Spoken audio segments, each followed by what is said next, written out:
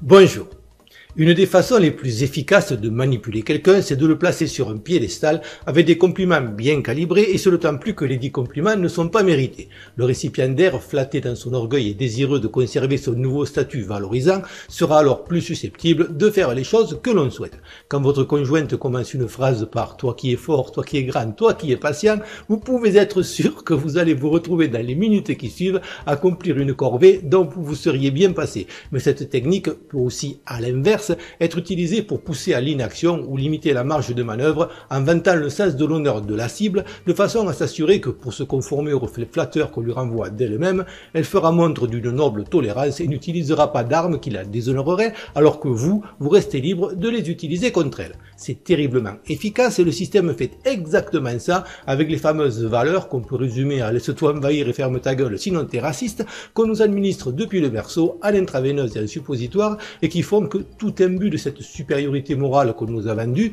qui nous rend vulnérables en nous dissuadant de tout effort pour nous améliorer et sans laquelle il ne saurait y avoir de culpabilité expiatoire, on arrive dans un combat de rue en s'interdisant de frapper au visage et dans les parties génitales, alors qu'en face, non seulement on ne va pas se priver, mais on sortira tranquillement de sa poche un opinel ou un couteau de cuisine avec, selon qu'il s'agisse d'un antifa ou d'un islamiste, le Tché ou Allahu Akbar engravé sur le manche. Donc je sous-entends bien sûr que les antifas qui n'écrivent pas dessus Che Guevara en intégralité auraient un manche plus petit que la moyenne, même si ça pourrait expliquer leur agressivité chronique. Dans un combat de rue, et c'est ce vers quoi nous mènent nos élites si on n'arrive pas à canaliser vers eux les frustrations qu'ils cultivent dans la population, dans un combat de rue donc, il n'y a par définition pas de règles. Et celui qui par orgueil s'en impose se bat au final avec une main attachée dans le dos et finira par se faire carrer son honneur bien profond dans un orifice quelconque avant qu'il ne soit recyclé sous forme d'épitaphe sur sa pierre tombale et montrer un exemple à tous ceux qui n'ont toujours rien compris et qu'on encouragera à suivre. Raison pour laquelle le système a encensé Beltrame. Le sentiment orgueilleux de valoir mieux que les autres, qui est au cœur même de toutes ces idéologies du nombril qui déconstruisent la société et qui poussent la gauche au paternalisme et la droite à récuser une violence qui la rabaisserait, ne fait illusion que face à des gens préconditionnés et tant qu'un semblant de civilisation et une protection policière efficace force les règles du jeu. Mais quand cette civilisation se délite, face à la réalité et à des gens qui n'ont pas subi le même conditionnement, on constate vite que la supériorité d'un groupe sur un autre ou d'un individu sur un autre ne peut être que factuelle et certainement pas morale. Le supérieur, c'est celui qui est toujours vivant à la fin et tout le reste n'est que foutaise. Il n'y a pas de façon honorable de combattre un crocodile qui ne se termine pas par une indigestion pour lui et une raison funèbre pour nous. Et ceux qui, sous prétexte d'antispécisme, lequel n'est qu'une variante de l'antiracisme basé sur le même sophisme d'une égalité qui repose sur le plus petit dénominateur commun, nous disent que c'est lâche et immoral de préférer dégommer le dit crocodile à distance avec un fusil à lunettes s'il s'avance vers nous, ne veulent objectivement pas notre bien. Pour autant, si on se doit d'évaluer correctement la situation et de laisser tomber, quand c'est nécessaire, toute considération morale, humaine ou autre, et de tirer, métaphoriquement, dans le tas, sans état d'âme, quand il s'agit de légitime défense et de l'avenir de nos enfants et de notre civilisation, on peut et on doit garder un sens de l'honneur si l'on veut que la dite civilisation ait encore un but et un avenir. Simplement, il doit, comme au temps où la France rayonnait sur le monde, s'appuyer sur une supériorité réelle qui se gagne par l'effort et suffisamment d'humilité pour aller au bout de son potentiel et devenir meilleur, et non pas sur une médaille en chocolat attribuée par des parasites qui ont le corbeau et le renard comme livre de chevet. Tout flatteur vieux dépend de celui qui l'écoute et pour les compliments comme pour le reste, en général et malheureusement pour l'humanité, quand c'est gratuit, c'est juste qu'on n'a pas encore payé. La différence donc entre l'être civilisé, la racaille ou le gaucho nombriliste, c'est que le premier essaiera de s'élever en accroissant ses compétences et son savoir, alors que l'autre aura recours à la violence systématique et à la destruction pour tirer tout ce qui l'entoure vers le bas sur le seul terrain où il a l'avantage. Pour s'élever et élever la société, même s'il ne faut pas être naïf au point de ne pas rendre les coups quand on est attaqué, il est donc toujours préférable de travailler à devenir meilleur plutôt que de tomber dans la facilité en essayant d'entrée de jeu d'éliminer un par un tous ses concurrents. Autant dire que ce n'est pas ce qui se passe en politique, ce qui explique grandement le déclin de notre civilisation.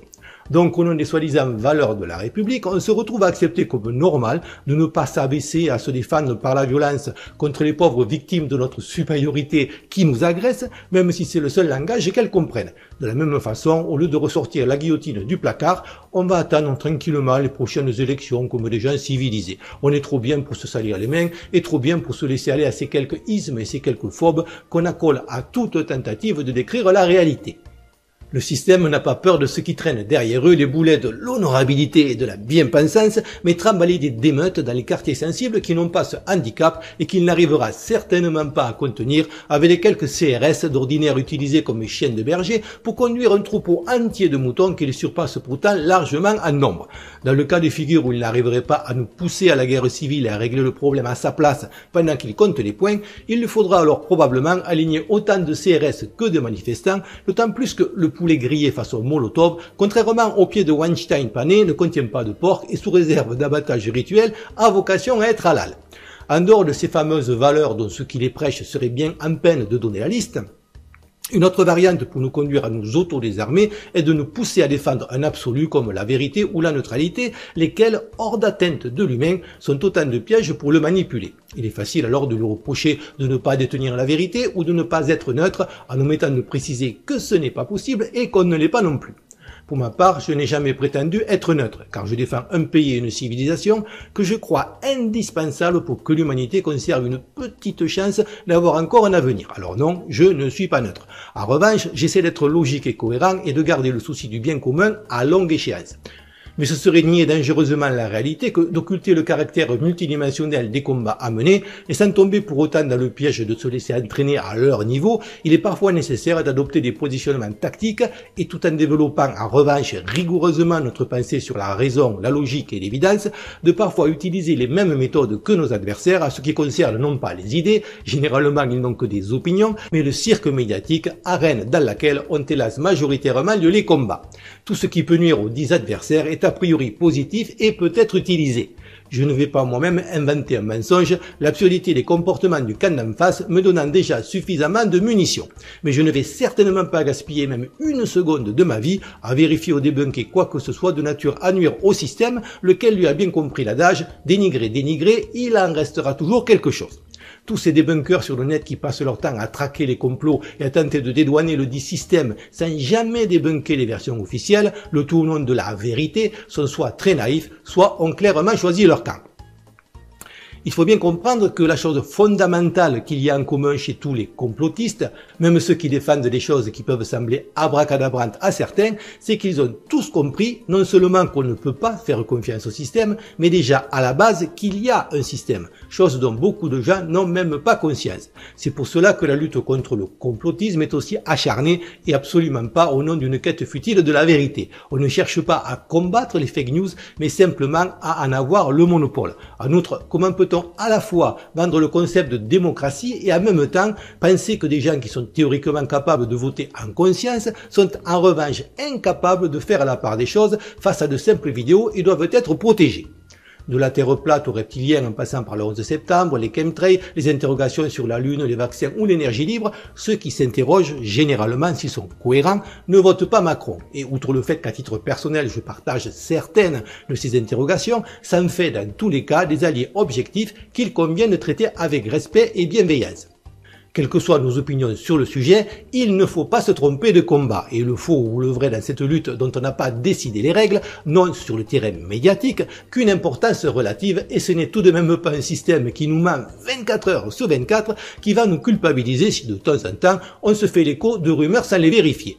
L'enjeu du combat sur ce terrain n'a jamais été la vérité, mais la perception de l'opinion. Et si Al Macron, faute de pouvoir cette fois utiliser la fraude fiscale, doit sa chute à une rumeur quelconque, qui de toute façon, vraie ou fausse, ne sera que la dernière goutte d'eau dans un vase qu'il aura rempli lui-même, où est le problème? À moins bien sûr qu'on soit au-dessus de ça au nom des valeurs de la République. République qui, de son côté, si elle est prompte à donner des leçons, ne se gêne pas pour taper sous la ceinture, sachant qu'elle a quasiment inventé les fake news, si l'on considère que, contrairement à Macron, lequel a récemment adoubé l'imposteur Mélenchon et s'est décrété ennemi des populistes, Macron dont les insultes régulières à notre égard sont filmées, documentées et avérées, Marie-Antoinette n'a jamais dit « ils n'ont plus de pain, qu'ils mangent des brioches ». Petite phrase qui a largement contribué, comble de l'ironie, à ce que sa tête se retrouve dans une panière. Il ne faut donc pas désespérer. Comme promis dans ma dernière vidéo, vous avez désormais un encart sur la page d'accueil de la chaîne intitulé « Les chaînes des abonnés » afin de faire la promotion de vos chaînes et d'aider ceux qui veulent se lancer. Dans la mesure de mon audience, quand même moins élevée que si je parlais des sujets vraiment importants qui intéressent les gens, comme des chats sur un skateboard ou des extractions de comédons. Si vous voulez y figurer, ou à l'inverse ne plus y figurer, indiquez-le moi dans les commentaires. Cette chaîne n'est pas monétisée, je ne vends rien et je fais ce que je peux, dans la limite d'un temps qui m'est compté et souvent au détriment d'autres choses, pour développer, tant qu'on me laisse faire, un discours de la seule prétention est d'être logique, honnête et argumenté. Je n'ai pas la prétention de détenir la vérité et je suis toujours heureux quand je peux enrichir ma réflexion d'éléments qui m'avaient échappé, peu importe qu'ils aillent dans mon sens ou non, donc n'hésitez pas à utiliser les commentaires. Merci pour vos encouragements, merci à tous ceux qui likent et merci pour vos partages souvent courageux qui sont le moteur de cette chaîne et sa seule chance de toucher un public plus large.